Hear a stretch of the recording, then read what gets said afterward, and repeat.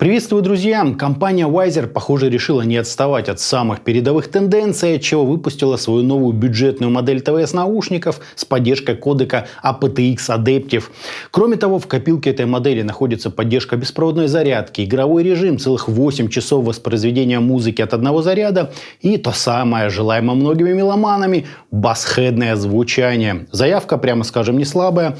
Будем разбираться. Собственно, поехали. Приходят наушники в довольно такой скромной коробке черного цвета с наименованием устройства, списком основных достоинств и полным перечнем технических характеристик с обратной стороны. Из важного стоит обратить внимание на поддержку беспроводной зарядки, в 8 часах работы на одном заряде, наличие водозащиты и свежем Bluetooth-чипе Qualcomm QCC3040 с кодеками AAC, aptX и aptX Adaptive.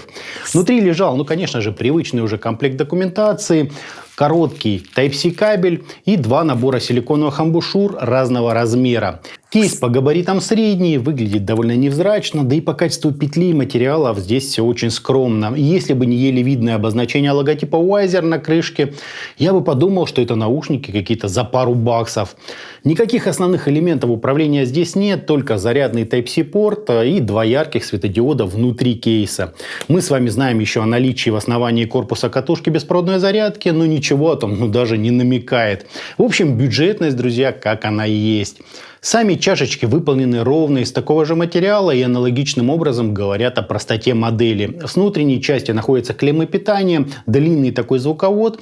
На боковую поверхность нам вынесли светодиод прожекторного типа и разговорный микрофон, с качеством которого вы, конечно же, можете ознакомиться самостоятельно. Слушаем отрывочек.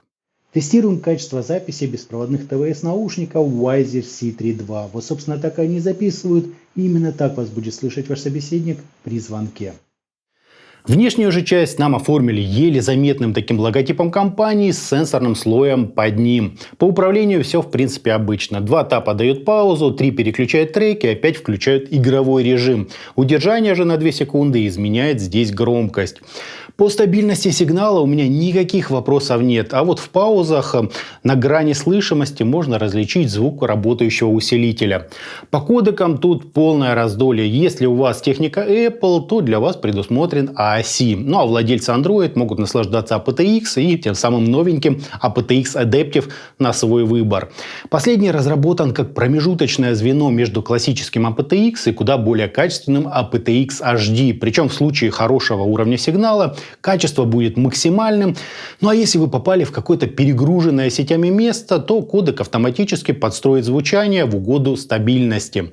Защита у данной модели тоже имеется, но, увы, исключительно от влаги, пот и легкий дождичек им не страшен, а вот бассейн они вряд ли переживут.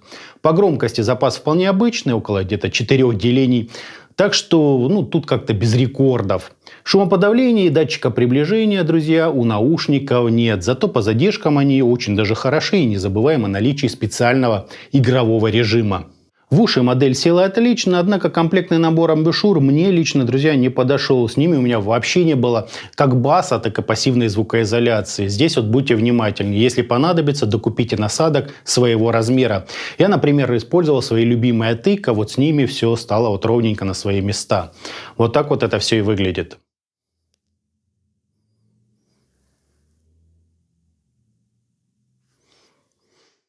По измерениям у нас укороченный, как и у всех игровых решений, импульс, терпимые расхождения между левым и правым каналом и искажения в пике, достигающие 1,6%. Не идеально, конечно, но в принципе нормально. Фаза ведет себя вполне логично, а затухание на 30 и 60 дБ составляют 60 и 90 миллисекунд, что уже реально круто. АЧХ же имеет подъем низких частот почти на 20 дБ с легким ослаблением запчасти, почти хармоновское выделение области разборчивости и пик на 8,5 кГц для усиления детализации, и дабы добавить в пространство немного воздуха. То есть вполне стандартная кривая с таким сильным упором на бас. По подаче, как я уже упоминал, комплектные насадки лично мне не дали правильного уровня звукоизоляции, а значит бас присутствовал чисто формально, и общая картинка сводилась к чему-то очень яркому и упрощенному. Когда же я взял амбушюры от ИКа, бас тут же раскрылся, да еще как. Вот это я понимаю, наушники для бас-хедов, аж поджилки вибрируют.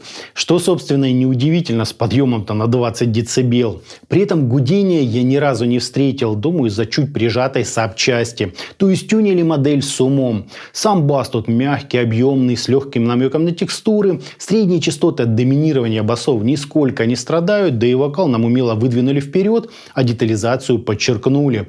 Отчего звучание получилось более сочным и открытым. В плане передачи эмоций и выразительности наушники тоже хороши, с поправкой на бас-направленность. Только естественным я бы такое звучание никак не назвал. Лично у меня складывалось ощущение, что я нахожусь возле огромного излучателя, где каждый удар отдается весьма ощутимыми вибрациями. Высокие же здесь аккуратно прибрали по уровню, чем сразу решили вопросы с резкостью, колкостью и сибилянтами. По стилистике, опять-таки, смотрите, где сильно выраженный бас будет уместен. А так все весело, чуть сглажено, но сверхмелодично. Сравнить же мне их, по сути, просто не с чем. Ничего с таким количеством баса у меня просто нет. А следовательно, и вся звуковая картина строится совершенно иначе. В общем, модель для ценителей хорошего такого упора на бас. Итогом, беспроводные наушники Wiser C3 II лично мне понравились 8 часами работы от одного заряда, наличием водозащиты игрового режима, беспроводной зарядки и, естественно, продвинутого кодека aptX Adaptive. В минусы я бы отнес очень уж какой-то невзрачный вид и откровенно дешевые материалы. С экономией тут, на мой взгляд, переборщили. Насадки из комплекта тоже далеко не под любые уши. Мне, например, они совершенно не подошли. Ну а по звуку тут все просто прекрасно, с учетом, что вы обожаете очень сильно выраженные низкие частоты. Бас здесь реально огромен, словно вы находитесь возле сабвуфера. Кто такой любит модель для вас? Весь остальной диапазон при этом тоже отстроили неплохо. Серединка сочная, выразительная, в меру музыкальная. Высокие смягчены, но не задавлены. То есть некий баланс тут соблюден. В общем, кто спрашивал ТВС-наушники для басхедов, вот это вот они. Собственно, это были Wiser C3 II. На этом у меня все. Всем добра, всем пока-пока. Подписывайтесь на канал и оставляйте свои комментарии под данным роликом.